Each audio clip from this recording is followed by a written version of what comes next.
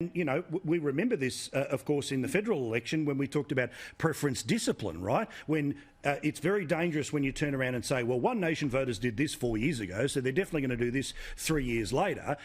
Apparently, the polls would suggest that it's about a 50-50 split in those independents, but where they land, we'll wait and see. But there is a fascinating little thing that I wanted to show you, which is something that has been popping up on the internet. Now, of course, big media doesn't control the internet, big companies do, and we know that they like censoring stories like the Hunter Biden, Joe Biden corruption stories. But have a look at this story about what people are Googling even after they've voted.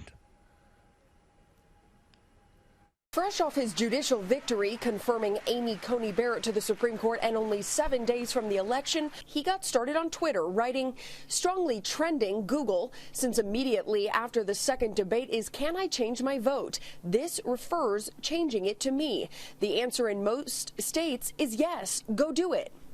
He is using a similar tactic to last election, where he urged people to change their early votes if they had so-called buyer's remorse.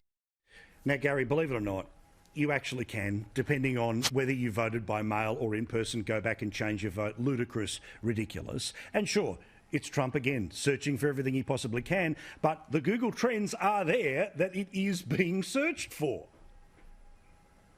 Yeah, well, Paul, that's our voting system, so I guess that's how it goes. But, you know, it's understandable there'd be some genuine buyer's remorse. I mean, Trump is one of those acerbic sort of characters, and, you know, some people think he's a maniac and all that, but people who say, oh, Trump's going to win, he's a maniac, but he's my kind of maniac kind of thing. So, you know, I think the point here is that there are a lot of shy Trump voters out there. No one's going to be loud about it and what they're going to do.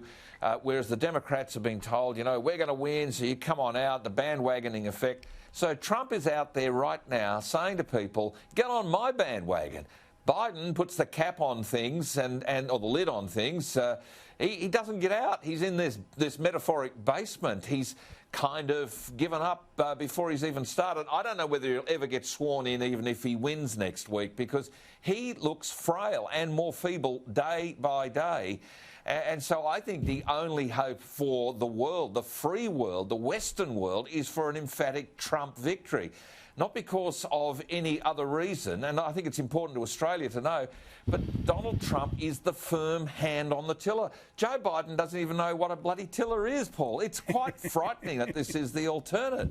It's really quite scary. But if he told a story about a tiller, it would be that he was aware of the tiller on his way to a minority community while his father was teaching him back in the 1950s about, you know, gender fluidity and, of course, how we should be packing the court. Thank you. Yeah, I mean, come on. Anyway,